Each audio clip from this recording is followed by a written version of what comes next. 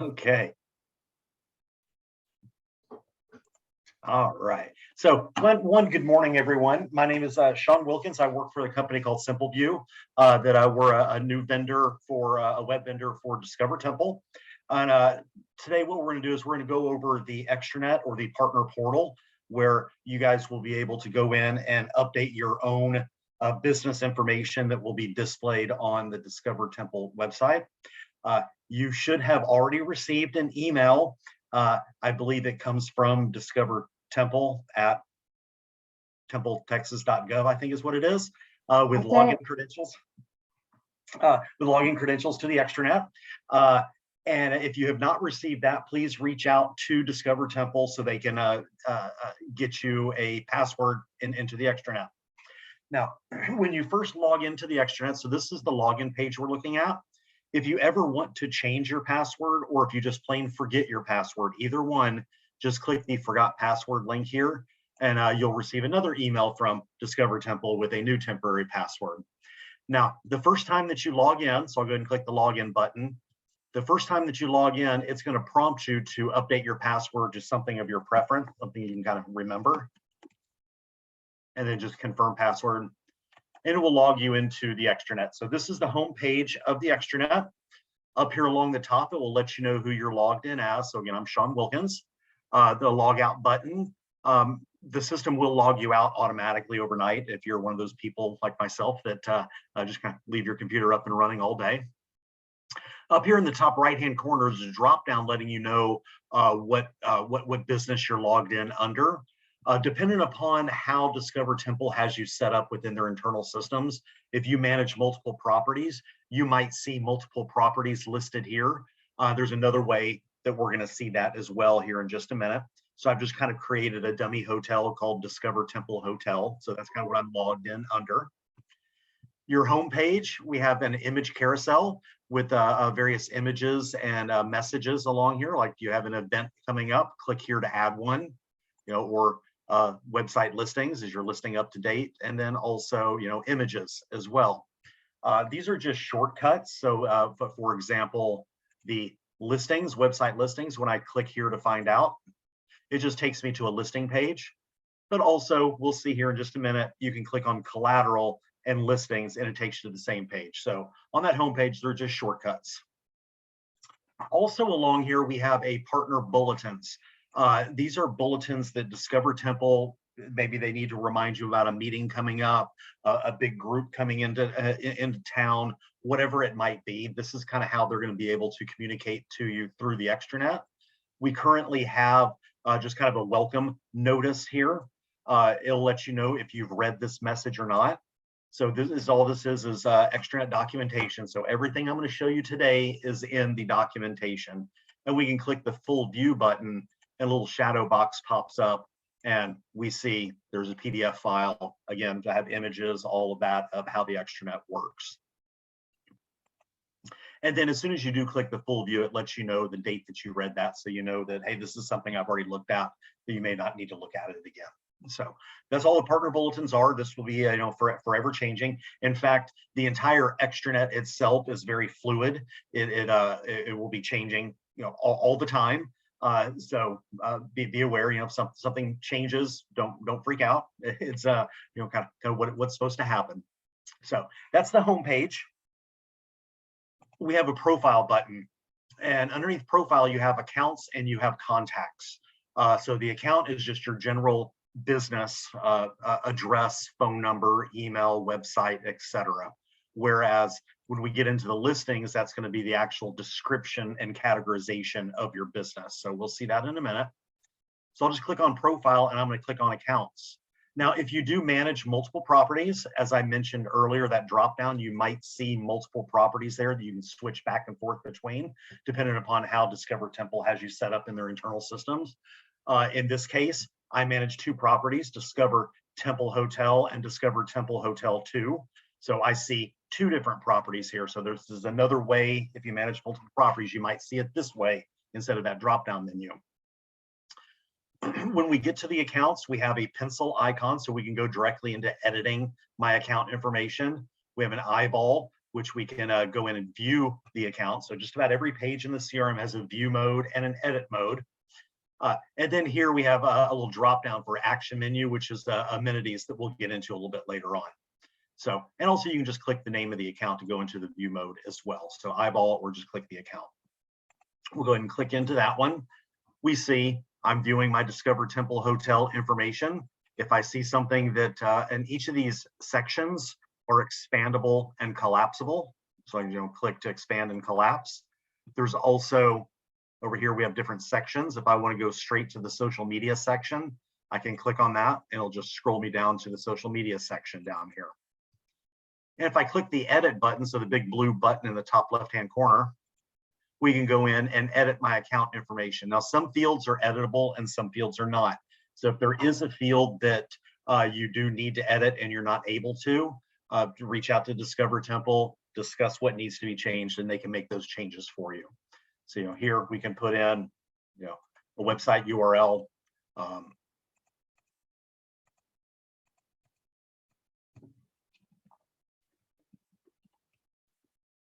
There we go. Email addresses, phone numbers. Phone numbers are pretty self-explanatory, but one thing I will let you know, if you put in 10 digits and tab or click off of it, it will auto format that number for you automatically. And we get down to our address information. We have 3 different addresses. We have a physical address, a billing address, and a shipping address. And it is your best practice to just kind of have all 3 populated. If you do need to change or update your address, just simply click the pencil icon and we can go in and change that to something different. And then just click the apply changes button or save button or update buttons. They have different names depending upon where you're at in the system. If you don't click one of those buttons, nothing will save. I'll go ahead and click cancel. And 9 times out of 10, your billing or your shipping addresses are the same as your physical address. If you click the pencil icon, there's little options say same as physical address. But if you want to use a totally custom address, a totally different address, just simply click custom address and then type in what you need there and then apply changes. Once, and as we scroll down, we have now our social media fields as well that we can put our Facebook, Twitter, Instagram URLs. Once you make those changes, again, click the save button or cancel if you don't want to save. And you're done. So we're back at the account details. Now, when viewing the account, there's also related details regarding managing your amenities and meeting space. So again, you can do that here, or if you just go to the account page, you can click this little action icon, this little drop-down menu, and do manage amenities. We'll go ahead and click on that. And we're going to see lots of different amenities that you're able to manage for your property. Now, if you're a restaurant, you're probably going to want to ignore the accommodations piece of that and go straight to the dining and entertainment section. The overview is it doesn't matter what type of business you're in. Everybody has hours of operations and whether or not they're a wheelchair accessible and such. So go in, make these changes. We say 8 a.m. to 10 p.m. on here. Yes, wheelchair accessible, and kind of come down here to accommodations and say, yes, I offer a complimentary breakfast, military discounts, and I am a pet-friendly property as well, pet-friendly hotel. Make those changes, click the save button. Now, those are very important because as visitors go to the the Discover Temple website, they're going to be able to look up, I need to find pet-friendly restaurants or pet-friendly hotels. And if you don't have some of this information up to date, you may be missing out on some of these opportunities. So make them what they need to be. And this information will display when somebody's viewing your website listing. It will let them know these are the different amenities that you have to offer. Now, don't have to worry if something says no, like efficiency says no. It's not going to say no efficiency on the website. The visitor just won't see efficiency at all on the website. So we're only going to show the things that you do offer, not the things that you do not offer on the website. So again, there are lots and lots and lots of different amenities that you're able to go and fill out. And simply click the save button. And we're back at the account. And that was the manage the amenities. Now we have meeting space as well. So this is kind of a separate tab. And we click on manage meeting space. we can click the edit button and say number of rooms. So these are our conference rooms. I have 2 conference rooms. My largest room is 12,000 square feet. Number of sleeping rooms in my hotel, 233 sleeping rooms, et cetera, capacity information and such. And we'll want to save that. Now, at the bottom of this facility detail page, there's an area where we can add rooms. So at this point, I said I had 2 conference rooms. I might want to click new room, give it a room name. So we can say ballroom A, and then again, square footage and capacity information and whatnot, and save. And then I want to rinse and repeat, just click on this section to go back to the meeting rooms and add ballroom B, ballroom C, et cetera, et cetera.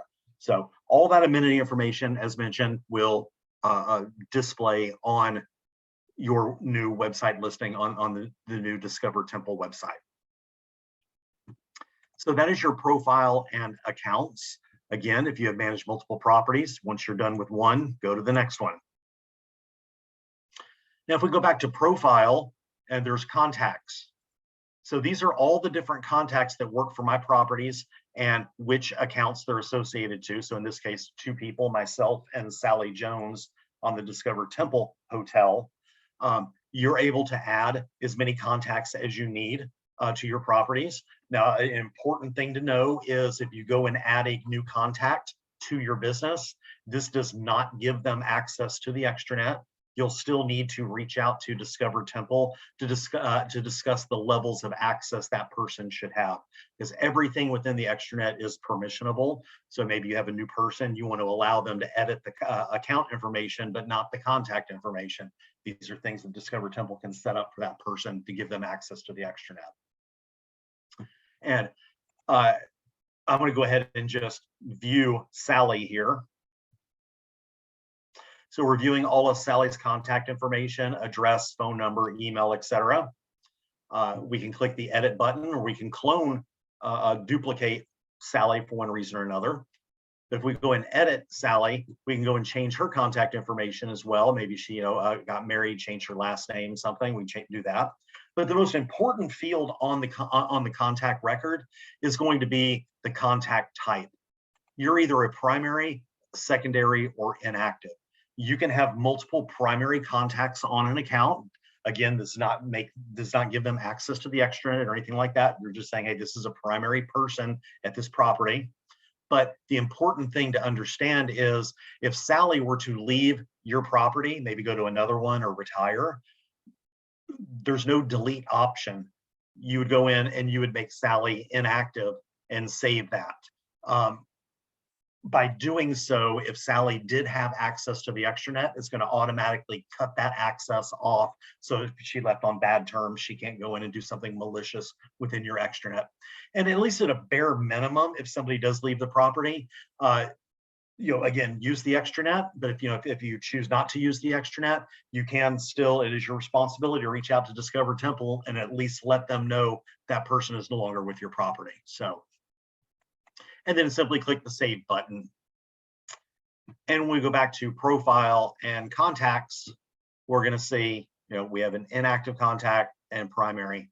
And then you'll also notice that we have like different filters on these different pages. So I can say, hey, I only want to see the primary and secondary people, not the inactive people, and apply filters. And now only I show up and I don't see Sally in that list anymore. Or I can say, show me all of them. Apply, and now I'll see Sally in here who's inactive. So that's your contact page. So accounts and contacts.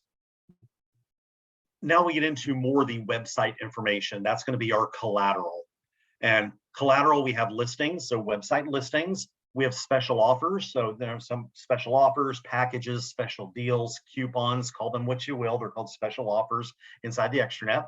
We have a calendar of events. So an event is happening at your property. And then we have media, which are going to be your images, your website images.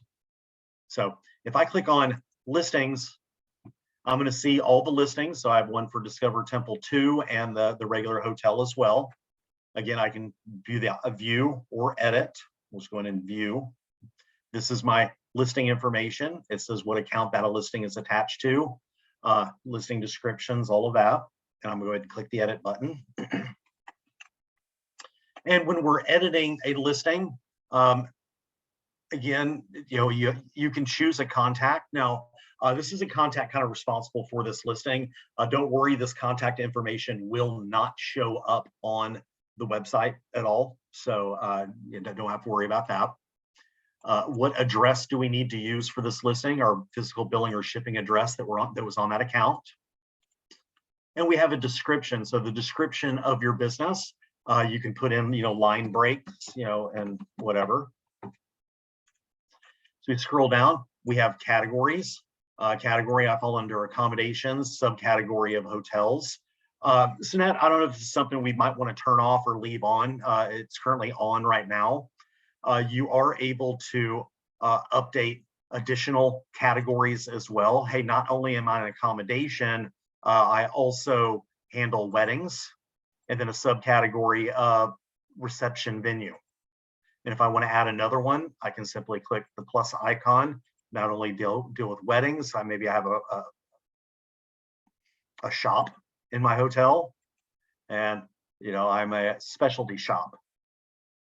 So make that what you will. At this point, this is just one listing with the same description on it that will show up in 3 different places on the Discover Temple website. It'll show up underneath accommodations, weddings, and also shopping when a visitor goes to those pages. Now, below that, we have the details section. So the listings take on the attributes of an account. So for example, the name of the account, the address. So all of that came over from the account level. And if we scroll down, we see, hey, here's an email address. Maybe this is an email address for Discover Temple. And this is an email address you don't want the general public to have. You can always click the overwrite. So just click to highlight it and delete it. And now your website listing will not have an email address on it. Or, hey, maybe this is the phone number that Discover Temple uses to reach out to us, but a general public needs a totally different phone number to reach out. Overwrite that and then just change the phone number to what you want the public to see on your website listing. And as we scroll down, there's also website notifications. So I could put my email address in here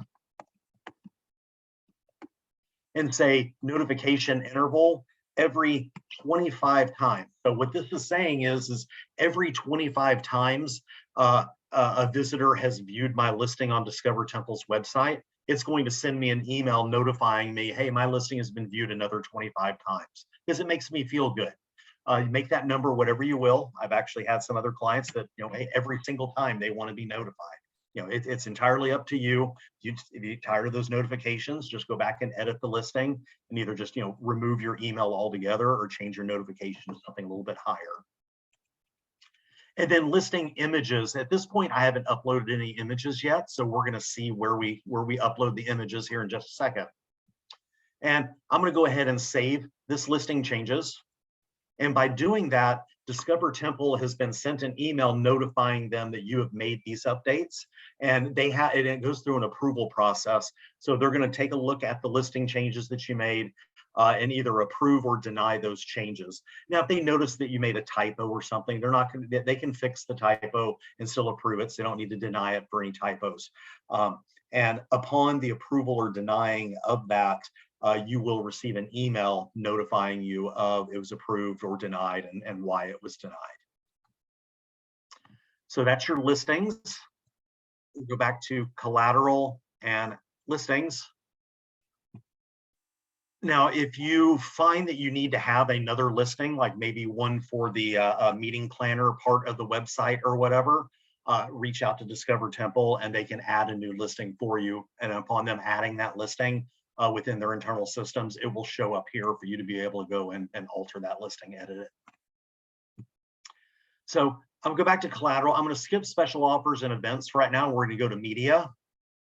So these are your images. So we click on media and we can add new media. So add a new image. We choose which account it's for. So it's for the regular hotel. We'll give it a title. Hey, this is my lobby. what type of image is it? Is it a logo, image, or YouTube video? So we'll say, and the difference between a logo and an image, logos traditionally don't get cropped, whereas an image might get cropped to fit the dimensions. If you give it a really odd, if you try to upload a really odd sized image, it will crop it to the dimensions that the website requires.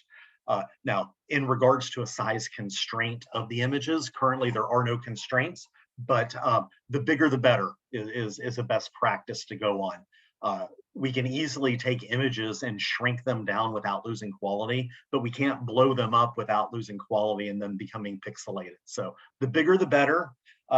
At some point, we might decide to put some image constraints on here where it'll throw an error if the image is too small. But as for now, I don't believe that is in place. And then here we have our file. We can either just open up a folder and drag and drop into this, or we can just simply click the browse button and we'll pick a hotel lobby here. And when that gets uploaded, I may have picked a pretty large file here.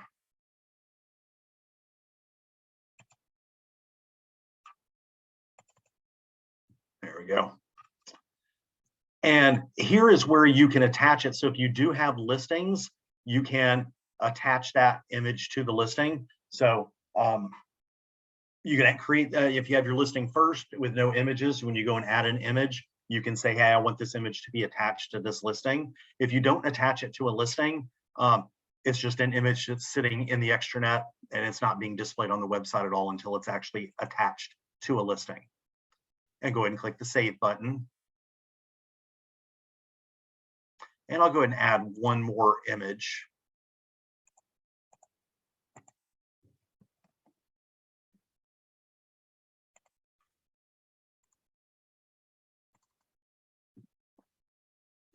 And this one I will not attach to a listing.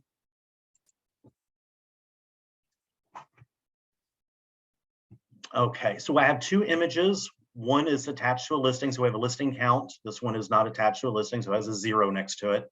If you do have an image out there, you can either edit the image and add it to the listing, or when you go to the listings page, when you edit the listing, go down to the bottom, use my sections here. I can click on this to activate or inactivate these things. And now I have two images associated to my one property.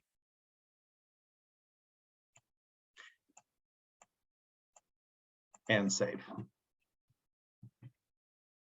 So that is your listings and your media / images.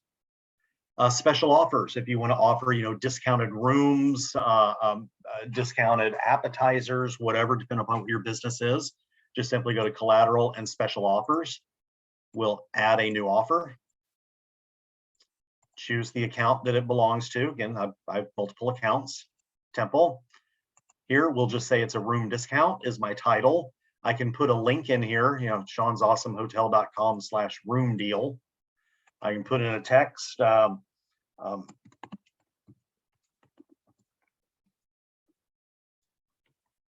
Discounted rooms for the month of July.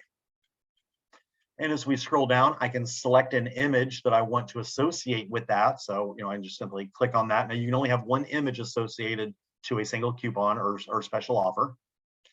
And now we get into our offer dates. The offer dates redeem from. So this is good for the entire month of July.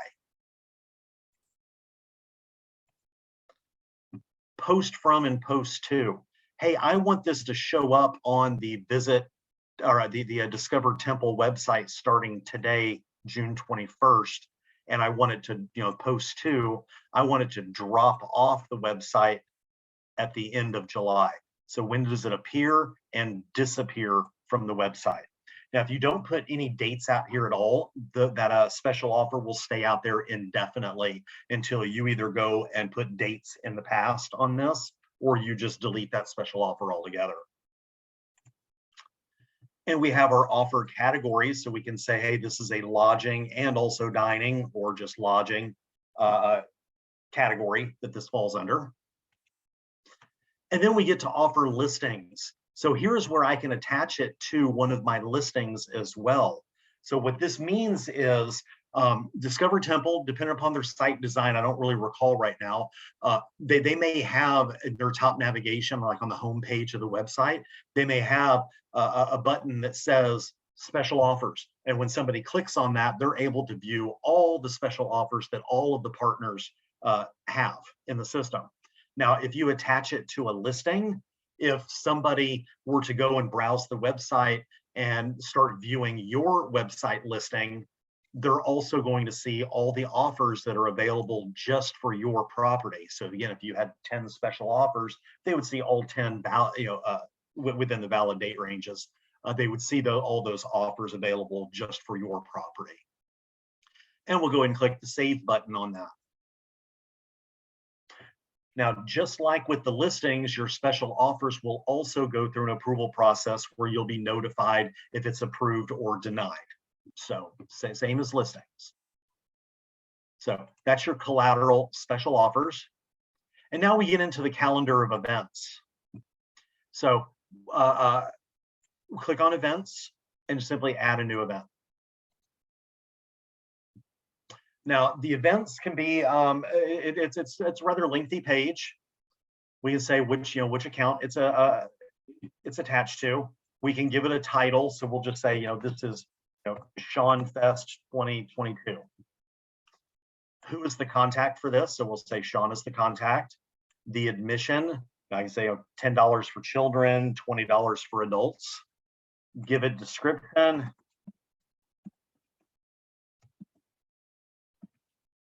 Music festival, that is great. Within here, you can make things bold and underline, do a little bit of formatting or italicized. Add hyperlinks to it as well. So if I were to highlight something and click this little link icon, I can then go and say Google, whatever, and that now becomes a hyperlink.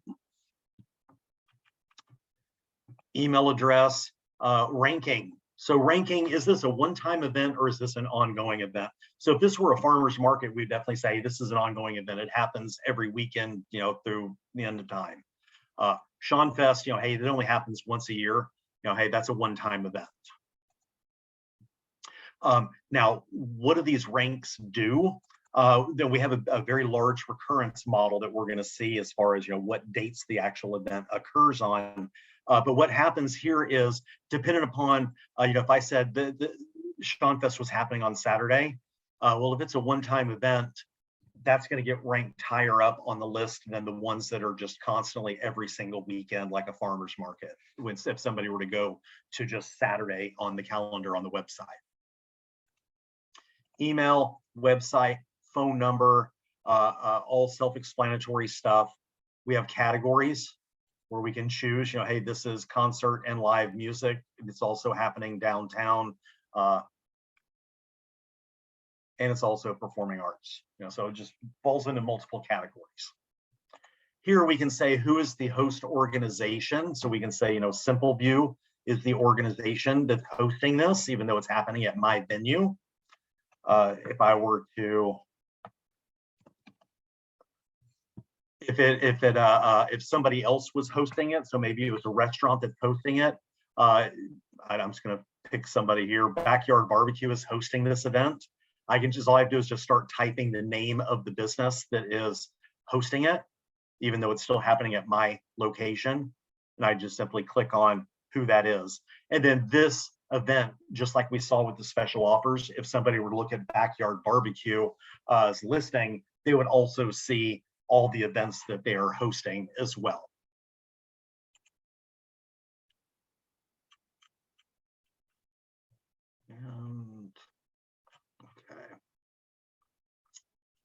Venue listing, so your venue location, it automatically defaults to your website listing here. Again, somebody goes to your listing, they're going to be able to view all the events that are happening at your one particular property as well if you attach it to the listing. And all this address information comes over from the account. You can change that if you need to, more than likely, probably not. Now we get into our event dates. Now, before I get into the date, there's times. We have a start time and end time, and then we have times. And some people get a little confused by that. So start time, end time, these are true time fields. And when I click on here, we can say this is starting at 8 o'clock a.m. and it's ending at 10. Got Google popping stuff up here. 10 p.m. This here is nothing but a text box. I can say Saturday starts at 8 a.m. Sunday starts at 12 p.m. So this is just a text box in case, times don't really do it for you. Now here we have a bunch of different buttons here. So we can say, hey, this is a one-day event. And I just simply put the date in here. So click on my calendar widget. It's happening on Saturday, the 25th. Done. But if it's something that is a recurring event, we can simply click the daily button and say, hey, this happens every single day. So every one day or every weekday. So we'll say every day till the end of time. Hey, this is something happens every single day forever. Or we can say happens every single day for the next 10 occurrences. So the next 10 days happens every day for the next 10 days. Or if we say every other day, so every 2 days for the next 10 occurrences. So that's 10 events over a 20-day period. Or we could say this happens every single day through the end of July. Every day. We get into the weekly. So if I click on weekly, we can say happens every Monday, Tuesday, Wednesday through the end of July, through the next number of occurrences or till the end of time. Monthly, it happens on the 6th day of every single month or every other month, or it happens on the 3rd Wednesday of every month, every other month till the end of time or occurrences or specific date. And then yearly is very similar to the monthly to say this happens every April 12th or every 3rd Wednesday in April till whenever. And then sometimes there is just no rhyme or reason to when an event is happening. We have custom. And we just simply click on the date widget and say, hey, this is happening on Saturday. And then click the add button. It starts getting added down here. It's also happening on the 28th, add date. It's also happening on the 30th, add date. Rinse and repeat over and over until you have all the dates. And once you have your recurrence model set up, we have our image gallery. And we can just browse and find a file. Just put a picture of a hotel on here. And then save. And just like the listings and the special offers, the event will also go through an approval process where you'll be notified of approval or denial of that event that you loaded. And the last thing on the extranet is a button that has click here for help. And when you click that, what it's going to do is, I got a new computer, so it's not actually working for me very well. But what it will do is it will launch your Outlook and send for you to send an email to Discover Temple because maybe you're stuck on something or whatever. Or again, you can just reach out and call them if you feel doing that as well. So that's kind of what the click here for help button does. That is your extranet. I hope you guys find it intuitive. I hope you don't get stuck too much. Sanette is recording this, so again, I imagine she'll put a link out here, maybe as a partner bulletin, whatever, for those that want to watch this again. If you feel like listening to me babble more, have at it. Also keep in mind this is still very new to Discover Temple, so they may not have an immediate answer for you. If they do, great. If they don't, they will definitely be reaching out to me, and we will definitely get the answers that you need to make sure you're able to use this, because we really want to encourage you to use the extranet and keep your business information up to date on the website. So for now, I'm going to kind of just shut up and open it up to questions. If you have a question, fire away. If not, feel free to end the call. Sinette, did I miss anything that you wanted them to know about? I think I covered it all. Yeah, I think you went through pretty quickly. I don't have any questions, but I think you did a great job, Sean. And we really appreciate you taking the time to go over all of this with us. Oh, thank you. Happy to do it. Okay, well, if no one has any questions, I guess we're done and we'll get this posted soon and we'll put it as a bulletin and we might send out the link to some of our people as well that couldn't make it today. All right. Well, thanks everyone. Have a great rest of your day and week. Thanks, Sean. We appreciate it. You're very welcome.